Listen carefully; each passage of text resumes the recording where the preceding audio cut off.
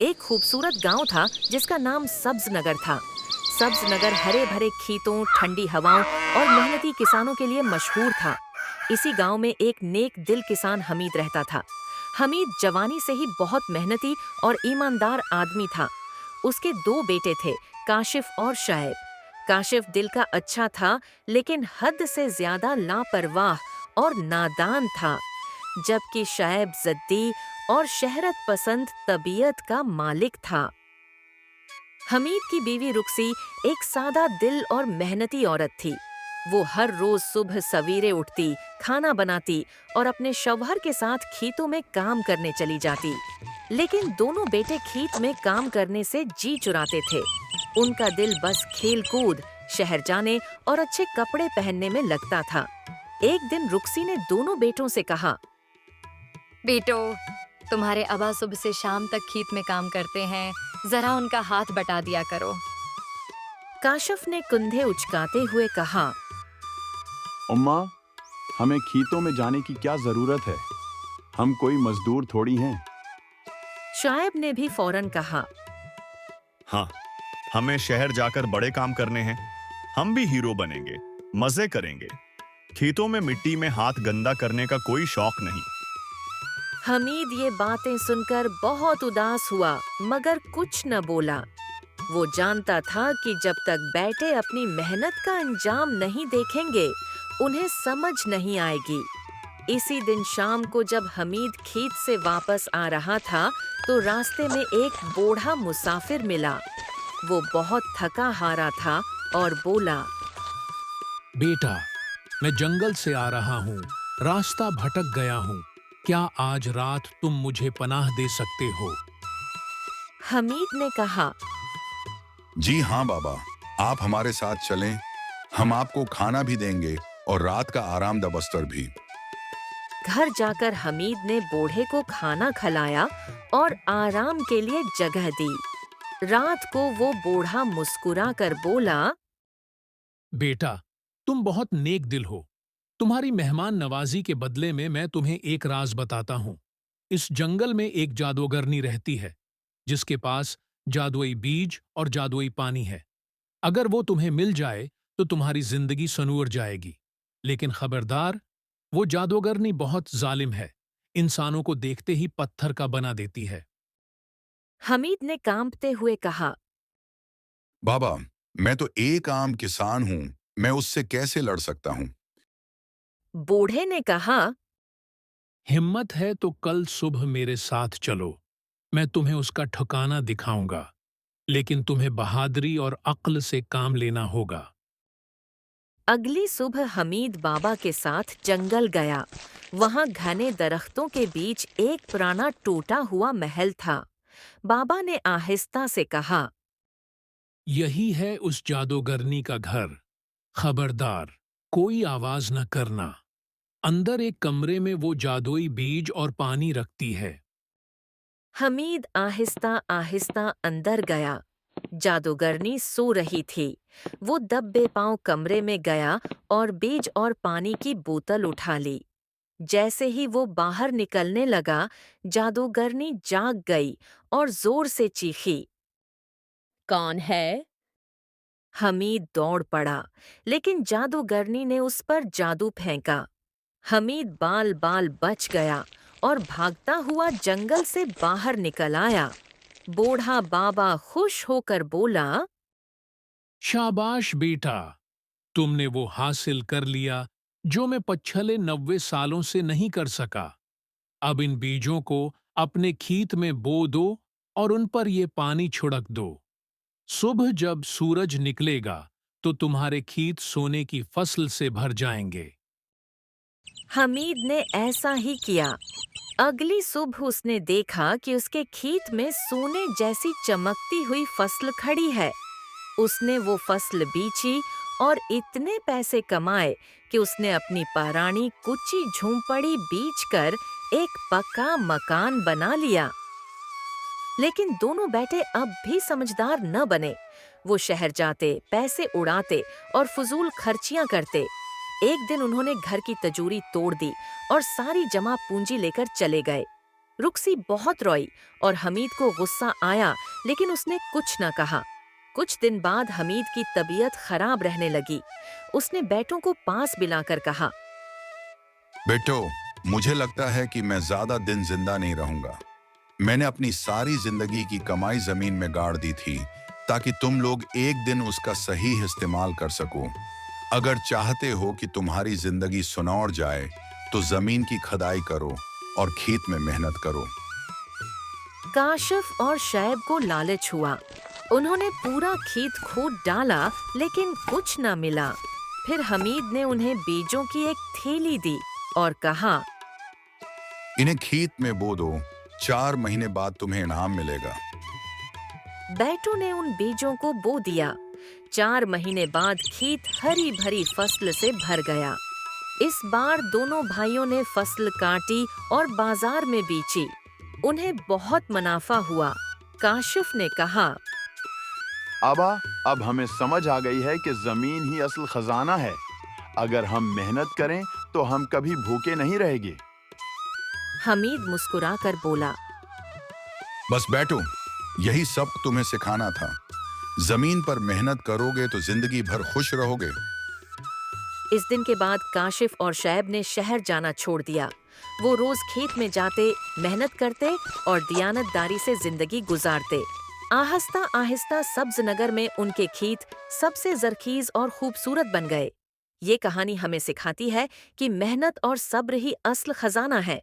जो लोग दूसरों की कमाई पर नजर रखते हैं, वो कभी खुशहाल नहीं होते, मगर जो लोग अपनी मेहनत से जमीन को आबाद करते हैं, वो हमेशा इज्जत और खुशहाली से जिंदगी बसर करते हैं।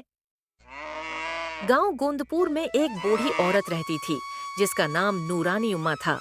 उसके जिस्म में झुकाव जरूर था, मगर दिल इंतहाई साफ और मेहनती था। उसका कोई नहीं था, न बेटा, न बहू, न पूता। बस एक छोटा सा टुकड़ा जमीन थी, जिस पर उम्मा ने सब्जियां अगा रखी थी। हर सुबह वो ताज़ा सब्जियां तोड़कर अपनी टोकरी में रखती और सर पर उठाकर गांव के चौपाल में दरख्त तले बैठ जाती। वहां के लोग टोकरी में रखी सब्जियां लेने आ जाते। एक दिन गांव की गलशाह बीबी आई और बोली, आमा, टमाटर का क्या नरक है। नूरानी उम्मा ने मुस्कुराकर कहा, बेटी, टमाटर 20 रुपए किलो है और एकदम ताजा है। अभी अपने खेत से तोड़ कर लाए हूँ। आज मेरे पास पैसे नहीं हैं, कल दूंगी। गलशाह बीबी ने कहा। कोई बात नहीं बेटी, ले लो सब्जियाँ। लोग सब्जियां लेने तो आते, मगर ज्यादातर इधार ले जाते। लेकिन नूरानी उम्मा कभी किसी से झगड़ती नहीं थी। वो खुद खशक रोटी खाती, कई दिन सिर्फ पानी पीकर गुजर करती, मगर उसकी मुस्कुराहट कभी मानद नहीं पड़ती थी। एक दिन गांव का राशिद बोला, अम्मा, अब आप ये काम कब तक करेंगी? उम्र हो चुकी है, घर बैठकर आराम करिए। नूरानी उम्मा ने जवाब दिया, बेटा, मेरे जिंदगी में देखने वाला कौन है जो खाना खिलाए और मेरी देखभाल करे। जब तक सांस होगी, काम करती रहूंगी। राशिद ने कहा, लेकिन अपनी सेहत का भी ख्याल रखिए, कभी कभी आराम भी कीजिए। नूरानी उम्मा ने प्यार से कहा, यही काम तो है जो मेरा दिल बहलाए रखता है। दूसरों के प्यार भरे अल्फाज मेरे दिल को खुश कर देते हैं। नूरानी उम्मा के पास अपनी जात के अलावा कुछ नहीं था, मगर वो हमेशा दूसरे का भला सोचती थी। यही उसकी खास बात थी। इसी गांव में उनके सामने एक और सब्जी वाला अहमद भी बैठता था, जो बहुत लालची और दिल से सख्त था। उसे नूरानी उम्मा से बहुत हसद था, क्योंकि लोग कम ही उसकी तरफ आते थे। अहमद अपनी सब्जियों का दाम ज्यादा रखता और अक्सर खराब सब्जियां बेचता, जिसकी वजह से कोई उसके पास नहीं आना चाहता था। एक दिन वो अपनी बीवी शमाइला से कहने लगा, ये बूढ़ी औरत मेरे सामने बैठकर मेरी फरोख्त कम कर देती है। जहां इसकी टोकरी के पास हुजूम होता है, वहीं मेरी दुकान पर कोई नहीं आता। शमाइला ने कहा। तो फिर तुम सस्ती सब्जी बीचो और हमेशा मुस्कुराओ जैसे वो करती है। अहमद गुस्से में बोला। मैं कोई ड्रामा नहीं कर सकता। वो सब दिखावा करती है, लोग उसके पास जाते हैं। शमाइला बोली। फिर कुछ सोचो, वरना वो हमें सड़क पर ला डालेगी। इस दिन से अहमद और शमाइला ने नूरानी उम्मा के खिलाफ साजिश चलाई। सुबह नूरानी उम्मा अपनी सब्जियां तोड़कर टोकरी में रखती और दरख्त के नीचे बैठी होती। अहमद चुपके से करीब आकर छुपते हुए उम्मा की टोकरी में खराब और बासी सब्जियां बदल देता। उसकी नीयत ये थी कि कोई शख्स नूरानी उम्मा से न खरीदे और सब लोग उसकी दुकान की तरफ आ जाएं। चौपाल पहुंचते ही गाहक सब ने सब्जियां देखकर शिकायत की। अम्मा, आज की सब्जियां बेजान और बासी लग रही हैं, कल की सी फेंकी सी। नूरानी उम्मा बोली। बेटा, मैंने तो सुबह ही सब्जियां तोड़ी थीं, कैसे मरझा गई हैं, पता नहीं आज क्या हो गया। वो सोच में पड़ गई कि आखिर आज अचानक सब्जियां कैसे खराब हो गईं। दौर से अहमद खुशी से मुस्करा रहा था। दिन गुजर गया, पर एक सब्जी भी न बिकी। उदास होकर उम्मा घर लौटी। रात को उम्मा ने अपनी बाकी एक रोटी बनाई। बैठकर खा ही रही थी कि किसी की आवाज आई। क्या घर में कोई है?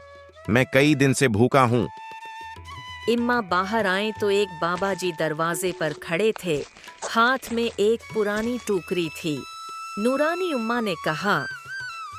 बाबा, मेरे पास खास खाना तो नहीं, मगर एक रोटी जरूर है। अगर आप चाहें तो दे सकती हूँ। बाबा जी ने रोटी खाई और कहा। तूने एक भूखे का पेट भरा है, अल्लाह तुझे कभी भूख ना दे। ये टोकरी ले, उसे मेरा तहफा समझकर रख ले। नूरानी उम्मा ने वो पुराना टोकरा थाम लिया और बाबा जी रुखसत हो गए। अगली सुबह उम्मा ने देखा कि खाली टोकरा सब्जी से भरा हुआ है। सूरज निकलते ही वो टोकरा उठाकर चौपाल की तरफ चल पड़े। इस दिन एक बार फिर अहमद ने खामोशी से टोकरी की सब्जियां तब्दील कर दें। चौपाल पहुंचने पर मालूम हुआ कि सब्जियां फिर बासी हैं। एक गाहक ने कहा। अम्मा, आज की सब्जियां बड़ी बासी लग रही हैं। शायद टोकरी में पड़ी खराब हो गई हो। पर अगली सुबह नूरानी उम्मा ने जब उठकर देखा तो टोकरी फिर मौजिज़ाती तौर पर सब्जियों से भर गई थी। इम्मा की मुस्कान वापस आ गई। चौपाल में उस दिन सब लोग इम्मा की सब्जियां खरीद कर ले गए और अहमद की दुकान पर कोई न गया। आखिर एक दिन अहमद के अंदर तौबा जागी। वो नूरानी इम्मा के पास आया और शर्मिंदगी से बोला। अम्मा, मुझे माफ कर दे, मैंने आपकी सब्जियां अपनी बासी सब्जियों से बदली। नूरानी उम्मा ने मुस्कुराकर कहा। बेटा, जिंदगी में जरूरी नहीं कि दूसरों को नीचा दिखाकर खुद को बुलंद किया जाए। अगर हम मेहनत और ईमानदारी से काम करें तो सच्ची खुशहाली खुद ब खुद मिल जाती है। अहमद ने शर्मिंदगी से सर झुका लिया। इस दिन से अहमद भी ईमानदारी से सब्जियां बेचने लगा और गांव वाले दोनों से सब्जियां लेने लगे।